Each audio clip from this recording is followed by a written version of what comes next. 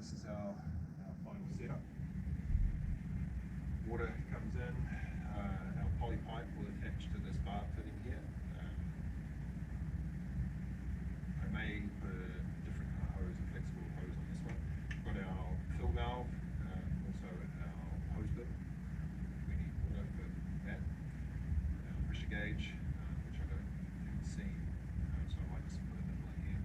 Our shut off isolation, so we can isolate the turbine from the penstock. Our two feeds to the two jets. I'm a little bit concerned about how I'm going to make this turn here.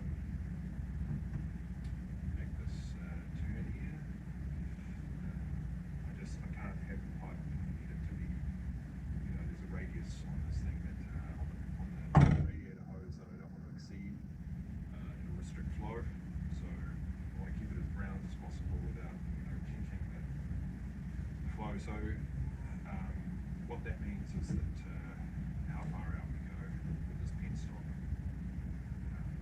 Obviously, if I put it as tight as possible, but that might be unrealistic to think we can do that.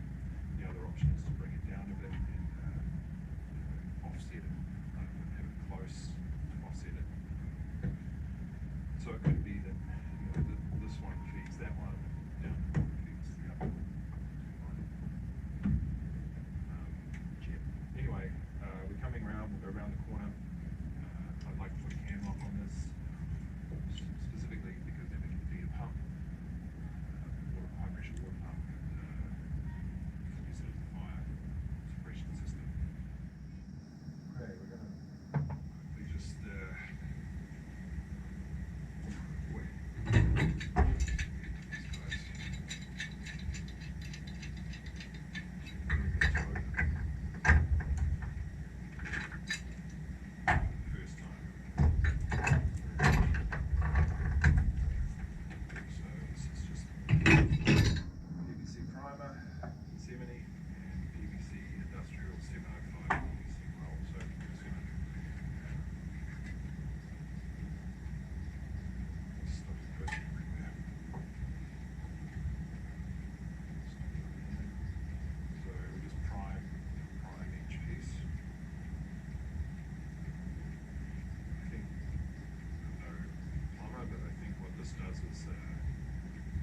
just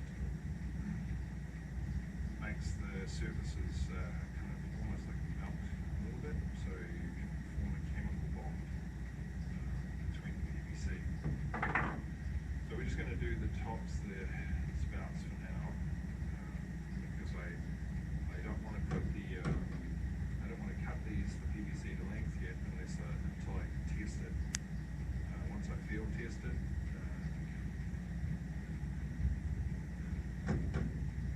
We can cut them to length and then work out where we're going to, how big things are going to be. I guess the length there, because these will sit like this, obviously with the connections and the pipe. This guy. And then we're good to go. Should be ready to go for a field test. And just then I can cut my lengths for these individual pipes, and where we go. Should be able to get it installed today. Not sure I have the pressure gauge, but I'll probably have a plug for it, and then I can start laying the pipe in, pulling the pipe up the hill, which that can be fun.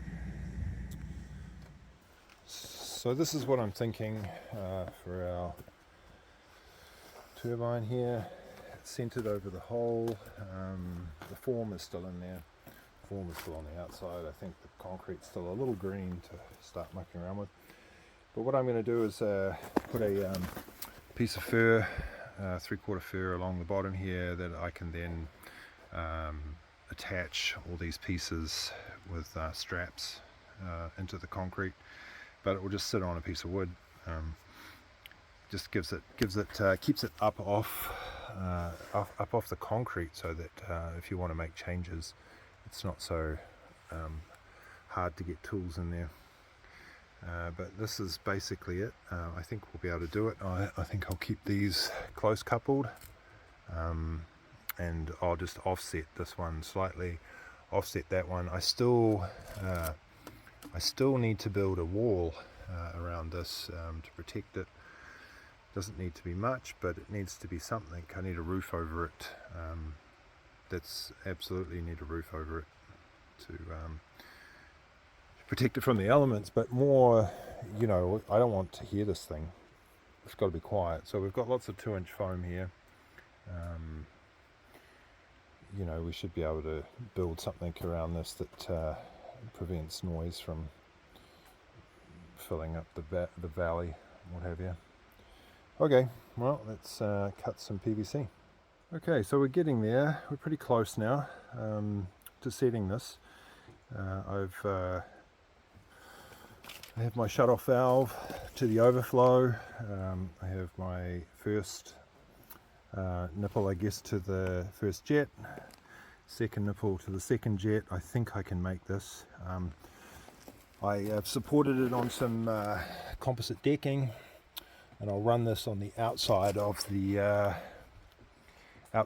structure, because the reason I was thinking, if this is all enclosed and there's a problem, you hear something going on, you don't need to undo anything, you don't need to access a door to shut it. Okay, this is the setup. It's pretty simple, but it's just the way that kind of it works for this particular site. This is the temporary toilet right now. It's the best toilet in the world. There's this amazing view when you sit on the throne, look out at the world. But that'll be gone. It's only a temporary toilet while we build this house. So right now we've got our intake. I did find a pressure gauge. We've got our shut off to the turbine, our overflow here, and our feeds to our two jets. So I'm just going to now start deframing the exterior and start looking at building a quick wall and shelter. I'm not going to go too far because I want access to this still. I still have to pull the plywood and the framing from in there, which is not going to be the easiest job in the world, but I just want to wait until the concrete's really set. It's still a little bit soft. You know, I think 5 days for concrete up here where it's so wet. We're in the rainforest, right? So it just takes that extra bit of time to dry. But what I can do is pull the outside frame off and start planing my walls for a quick shelter. Tonight I'm just going to drape it with plastic. In fact, it doesn't matter if any of this gets wet. I've kept my valves on the outside, like I said.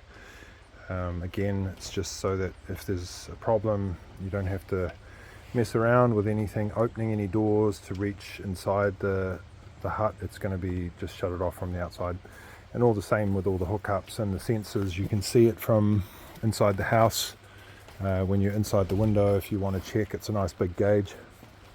And it doesn't tell you everything, but it just tells you how it's going. Really, you know, it's a great, yeah, it's just, once you get in tune with it, it really does help. And once we're up and running, I can show you what to look for on a pressure gauge that indicates issues. Okay, let's get out of here. So form's off. There it is. Came off pretty good. It's pretty clean. I just threw some gravel in the bottom. That just reduces the slap of the water as it's passing through the turbine when it falls to the bottom of the sump here. Just otherwise it really is quite loud.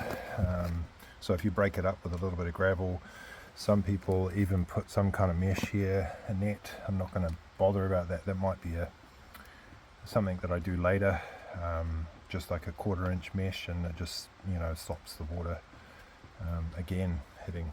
Okay, that'll do us for today. For building anyway, I'm kind of just made a small frame. I'll jog in around the where the pipes come in and out, and, but when I'll seal it, I'll seal it with some room around it, but then I might just put the foam tight around the it's just seal in the noise. But yeah, that's it basically. We're pretty close to next time I'm here I'll get the frame built and the roof on.